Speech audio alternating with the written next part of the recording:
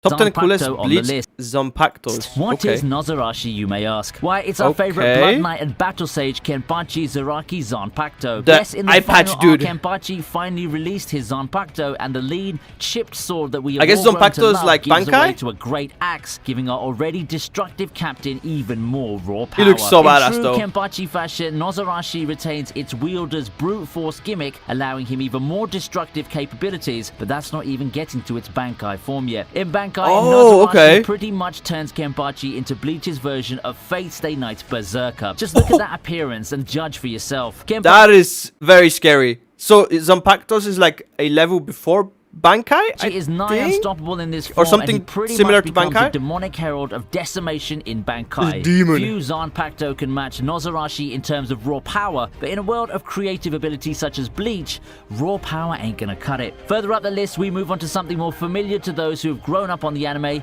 Seen that before. That's gotta be like one of the coolest ones, right? Who could forget Renji's signature whip sword that turns into a bony snake? Yep. Zabimaru has been a mainstay in Bleach, and it came with an awesome debut episode during the Soul Society arc. Unfortunately, its Bankai form has since been power creeped, and overall, even with this supposedly powerful Bankai, Renji doesn't have the best win-loss record out there. Despite everything, Zabimaru is still simple and pretty cool too. Much like a lot of the main characters on Pac. I mean, hey, look how... one of my favorites probably is, without even seeing it. Zabimaru gets a much needed upgrade in the final arc in the form of its true Bankai form. Now known as Soul Zabimaru, Renji's true Bankai rests upon its wielder's body in a much cooler form. It also gives Renji nifty new attacks as well, such as an ability that allows Renji to fire spiritual blasts through energy generated jaws. Kinda wish he wasn't a bad guy. You know? He's so cool. Coming up next is another Zanpakuto that you'd have actually seen and grown familiar with already thanks to the anime. Actually, more people know it for its Bankai form rather than its Shikai form, with how often it gets used in Bankai. I'm talking about Hyorin-maru. Loving the blue though. The looks like a frozen angel. And his ice dragon wings has been a fangirl dream since the peak years of Bleach. Daiguren Hyorin-maru needs no introduction, and I think few Zanpakuto has the distinction of giving its wielder such an iconic change in form. In terms of ice powers, not a lot can match Hitsugaya and Hyorin-maru, known as the strongest ice Zanpakuto. Hyorin-maru grants Hitsugaya tons of flower-themed ice abilities that specialize mostly in direct offense, putting him in contrast with the series' other prominent ice wielder who specializes in area of effect combat. More on that later. Hitsugaya proves that training does pay off, and in the final arc of the manga, he unlocks Daiguren Hyorin-maru's complete Bankai form, transforming him into Ichigo? Hyorin-maru makes it there for the sheer cultural impact of its form. I don't think that there is a Zanpakuto transformation that's more recognizable than Daiguren Hyorin-maru. So wait, it seems like Zanpakutos give you like ice abilities, maybe like that's your basic power? That's a massive dude.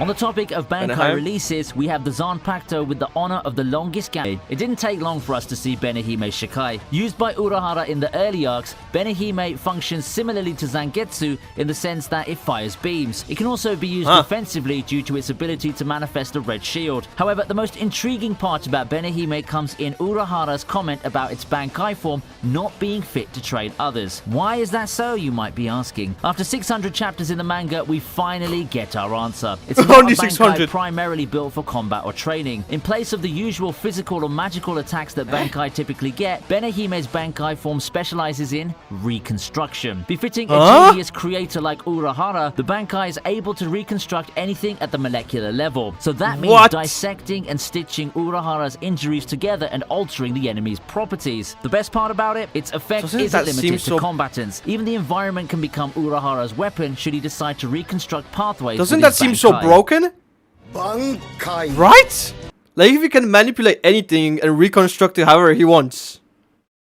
There's gotta be like some counter to it. There's gotta be.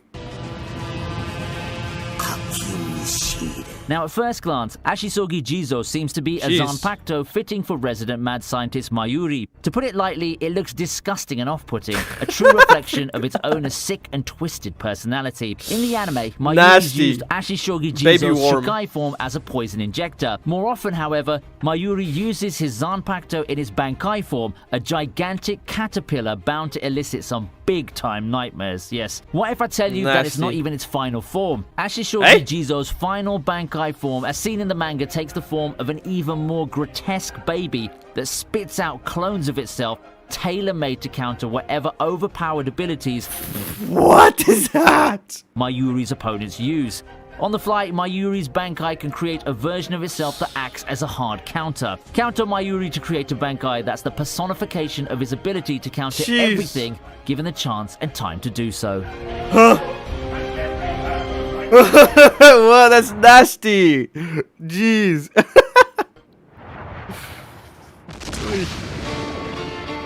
Whoa. Fox. Oh jeez, okay. This guy.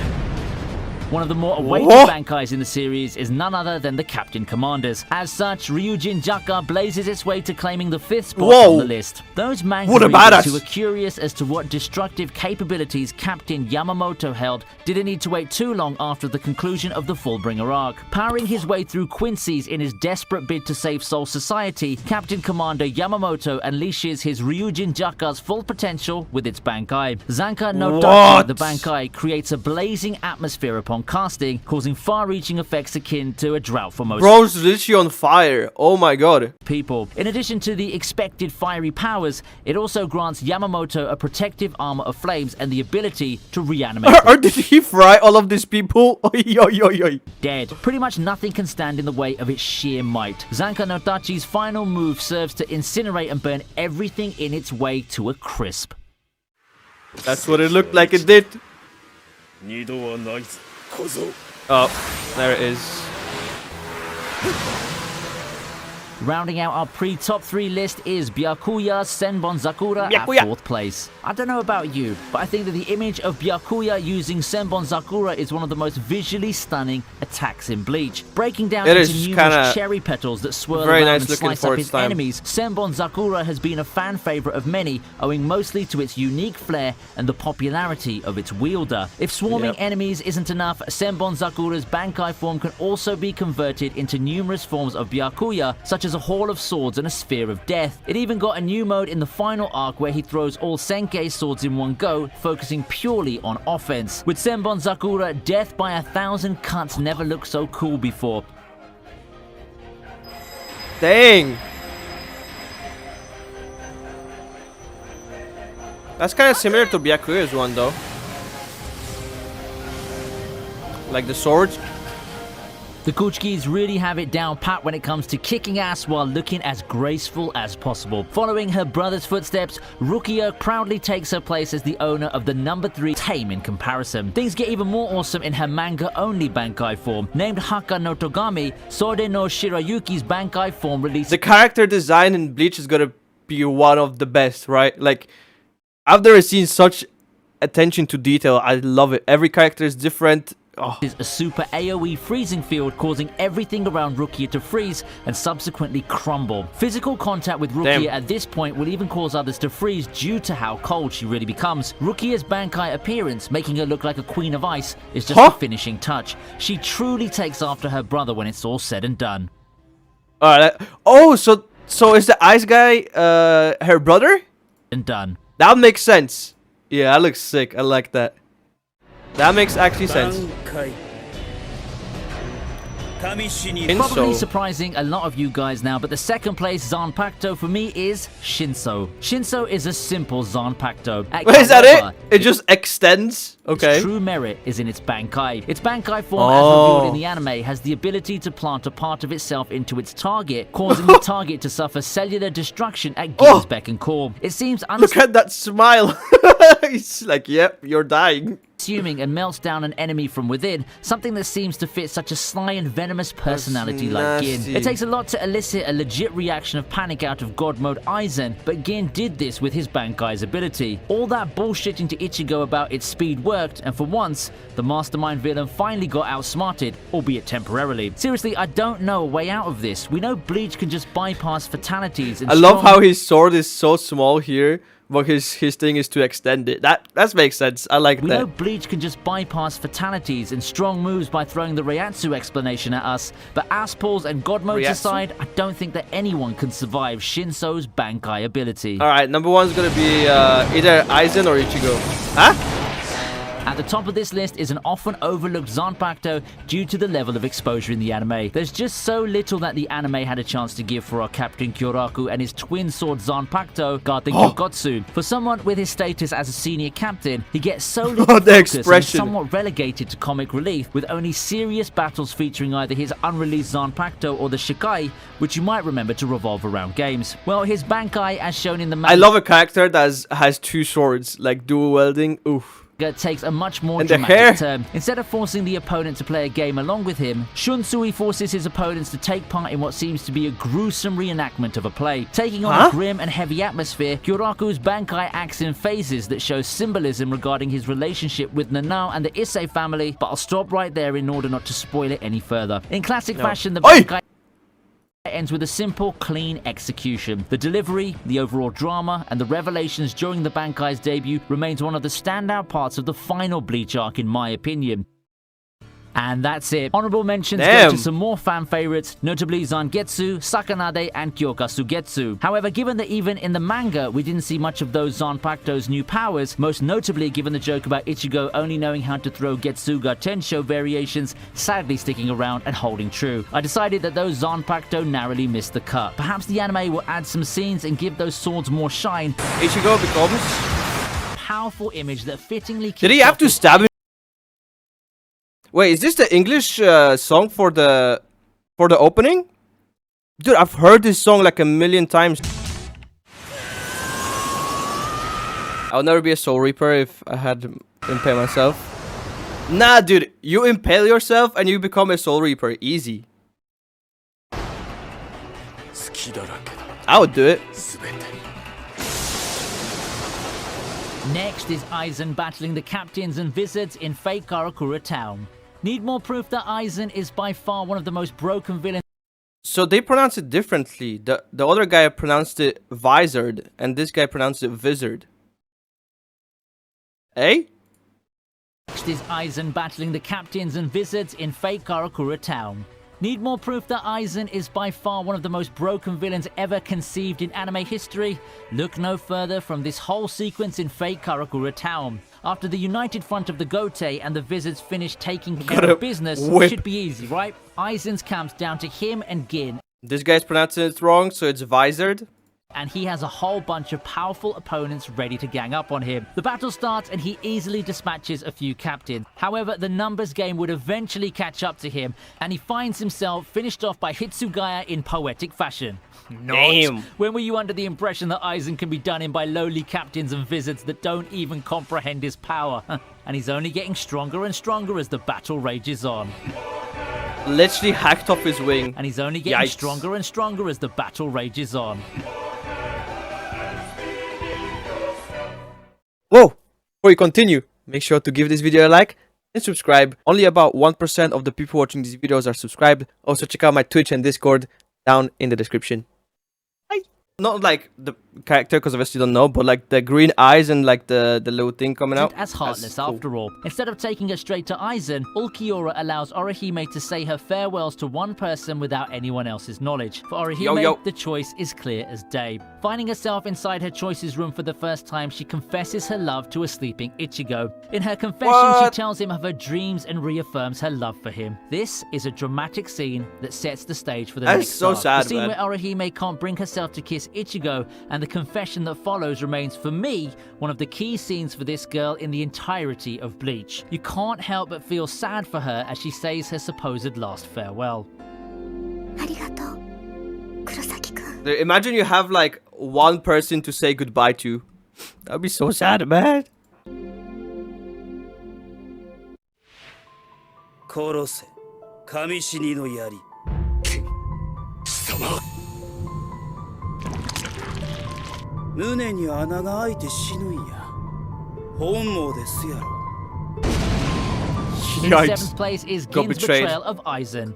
Talk about top 10 anime betrayals or what? For me, we also get him breaking through a full-powered black coffin with his hand too. Just a showcase of insane feats as he forces Aizen to keep evolving before unleashing the final... So much like outscaled in terms of power at this point, right? Tensho. It does feel so good to see Aizen finally lose his cool after spending so many arcs being a step ahead of the heroes. After being so smug and so on top of the situation for so long, he's finally met his match and the tables have finally turned. While the fight itself isn't much to write home about if we exclude the sheer satisfaction of Ichigo doing, well, Aizen stuff against Aizen, its ending does make a fitting conclusion to the arc, and it allows Ichigo to understand Aizen on a different level than before.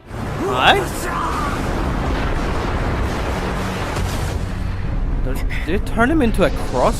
Okay, what the hell? Is he a person or is he Let's move like on to dead? Ichigo versus Ulquiorra. That guy reminds me of the Black Clover dude. You know, the guy in the green like aura around him? What turned out to be Ichigo's toughest challenge up to that point in the story is Ulquiorra. Ulquiorra and Ichigo have clashed numerous times like a prior to their devil, final meeting in Las Noches, and the Espada had come out on top every single Yeah, time. he's definitely like and a bat in each devil victory, or Ichigo something. got destroyed in increasingly severe ways. After all the power-ups and the confidence boost he'd got through the arc, Ichigo still finds himself unable to match up well to the mighty Espada. In fact, this is the fight where Ichigo dies the hardest. Yeah, he had a lot of those before, one to Ulquiorra even, but it's painful to see him get It's like he just dies a lot of times, but this time he dies the hardest, chat. that hard in front of Orihime. It's the arc's darkest I hour died for really sure, hard. and that makes this fight so memorable. What makes this fight even more memorable, however, That's where is he the gets appearance reset, of right? Ichigo's new hollow form. The new form completely Is that turns the the full tables hollow? and squashes Ulquiorra, even trivializing his ultimate attack. Ichigo had gone Ay, ay, completely ay. wild, and it's quite a sight to see. Oh, Wonder, just blast him. astonishment, and fear would be the emotions used to describe this chilling scene that led to the He battle's destroyed his conclusion. horns. No! Bye-bye. Have a good time. The number 2 best Bleach fight for me would be Ichigo versus Grimmjow. Did he blast her? What's going on? Oh, yeah, okay. Ichigo stopped it. I get it. Epic rivalry deserves nothing get but it. epic blow-off fight to conclude it. In the Who is Arancar this guy? arc, Grimmjow has long served as Ichigo's Grimmjow? primary antagonist, a personal rival even. Yeah, sure, there's the Oh, he's thing got with a rescuing jaw thing. Orihime from Ulquiorra and the number 4 never Espada seen this guy. repeatedly stomping our hero, but the connection with Grimmjow felt a lot more personal and natural. He really does remind me of a blue-haired Renji if we're talking about character archetypes, but this was at a point where the overall He's power scale fast. had increased so much, resulting in a much more spectacular fight, visually speaking. He's that is. super People have fast. criticized this arc for mirroring Soul Society while changing the actors, and while I wouldn't completely disagree with that, Hey? the payoffs for some parts of this arc ended up being a lot better, and this fight is just one of them. The fight just carried so much hot-blooded intensity, and it finished Grimmjow's character arc while giving it a contrast to Ichigo and That the looked source of his insane. unrelenting will. We also got the super badass moment of Ichigo grabbing Grimmjow and our heavily injured protagonist. Ichigo just likes to powering his stop way everything through with his Grimmjow's hand. ultimate attack for the finish. Ay, ay, ay. Number 1 is Ichigo versus Number 1. Byakuya. Ichigo versus Byakuya. That's one of the newer episodes, right? I think. 'Cause he's got that little like thing. Ichigo versus Byakuya is So the climax badass, that a both of great them, man. arc like the Soul Society arc deserved. It's got everything you want from a final boss fight. The hype is there for both fighters, the two having easily defeated multiple Oh, dude. lieutenants and shown their power, and it coincides with Ichigo first unveiling It's always his cool two to most see like iconic two badasses like just duel it, you know? abilities, his Getsuga Tensho and his Bankai. This is a fight with a lot of emotional stakes, good build-up and excellent Bankai. pacing all throughout. Both also show off quite a bit of their powers, while we get more character build-up in the form of Ichigo's Hollow taking over the fight. Both fighters take their turn grabbing control of take the it over? momentum, and while the fight lasted quite a while, it never felt as if it's just pointless exchanges of my power counters yours, no, my power counters yours. As a Okay. total package, this fight had it all. That's and it's good. got one of the most glorious endings, with the two making one final charge after Ichigo fights out Black of his and white. hollow form trying to take over.